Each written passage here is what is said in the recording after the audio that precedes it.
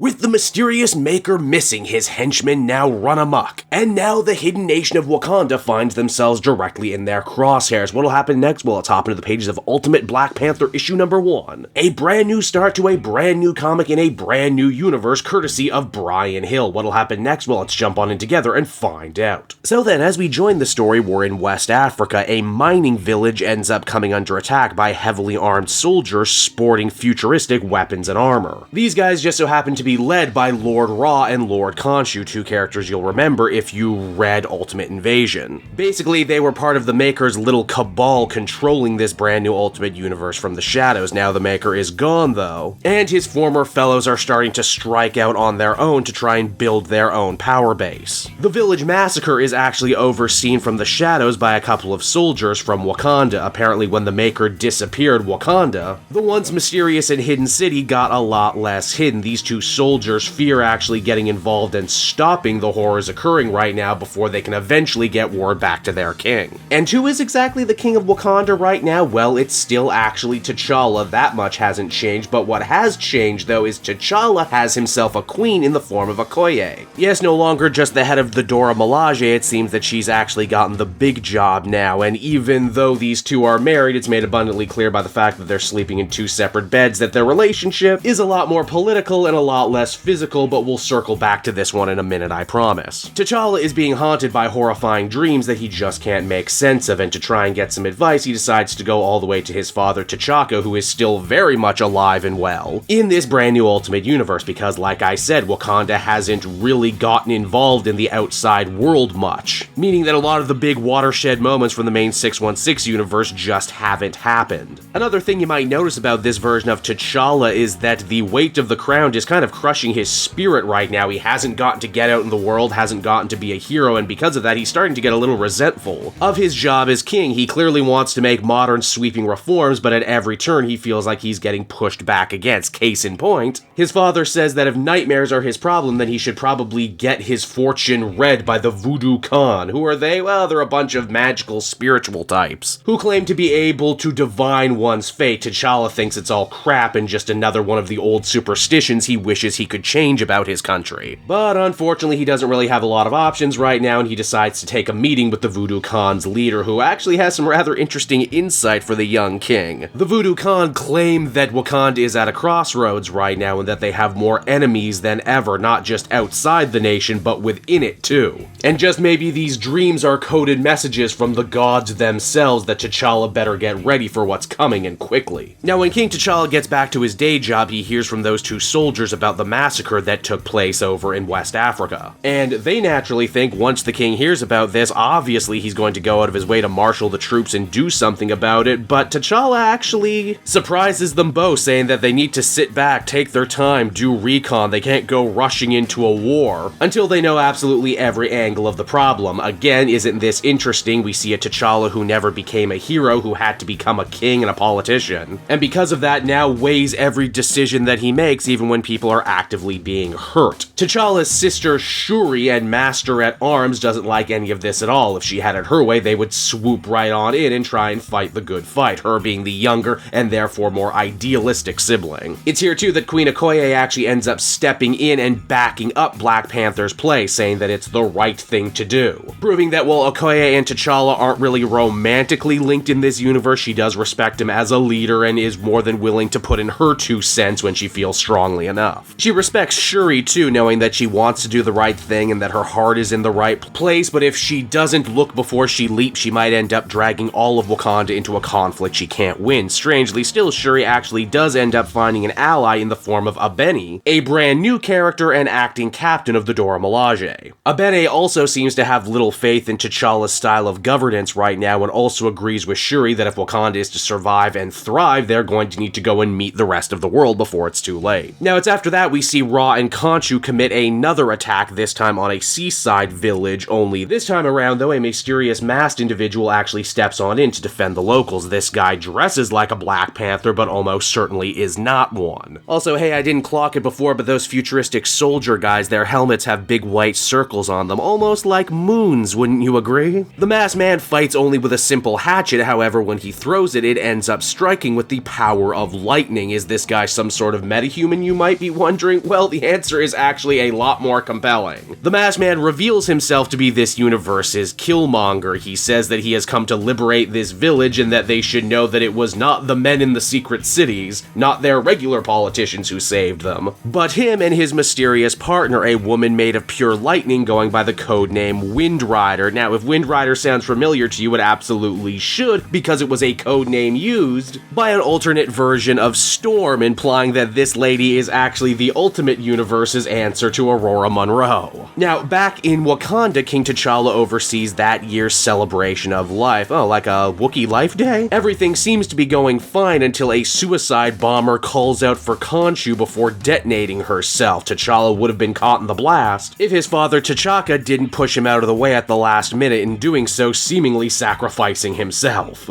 In the end, T'Challa probably only ends up surviving the fall because he's able to activate his own Black Panther suit. And it seems despite his best efforts, Wakanda is indeed at war with a new enemy, and that enemy is called the Moon Knight. How about that? And so that was Ultimate Black Panther issue number 1, everybody, and I would say even more than the Ultimate Spider-Man book that came out, this is probably one of the easiest new series I've been able to pick up in a long time. Are you aware of Black Panther? Did you maybe see one of the movies? Cool, that's basically all you need to know. This story also makes use of the Maker and Ultimate Invasion as an inciting incident, but really, even if you didn't know any of that stuff, you would probably be able to pick it up on the fly really easily. Hats off to Hill, who really does manage to craft a really modernist take on Black Panther and the character of T'Challa. He never got to be a hero, he's still kind of living in the shadow of his father who survived in this time, and little by little you see his joy eroded by the drudgery that comes with being such a prominent civil servant. Much like having Peter Parker start his life as Spider-Man much later in life than is normally seen in the 616 universe, having Wakanda actually stay a hidden nation for much longer than usual also brings with it a ton of really interesting ideas and concepts that I'm sure will be mined moving forward for the series. Hey, what happened to the Man-Ape in this universe and all the other Black Panther foes? Did they still become supervillains? Is adamantium even rarer now because Wakanda remained so isolationist for so long? Isn't it cool that Killmonger is actually more of an anti-hero here than a villain? And it looks like he might actually be dating Storm in this universe. Surely that's going to cause one hell of a love triangle later on, and honestly, I'm here for all the mess. Hats off to are in order for Stefano Caselli on art on this one too. The new Black Panther costume rides a really cool line between being instantly recognizable, but also new and different enough so you know that it's another universe, which I'm sure wasn't easy to pull off, but I think they do a good job here. Overall, I think I'd feel comfortable giving this one a much-deserved 8 out of 10. Man, we're 2 issues into this brand new Ultimate Universe, and we're already 2 for 2 in quality. Let's keep this ball rolling, why don't we?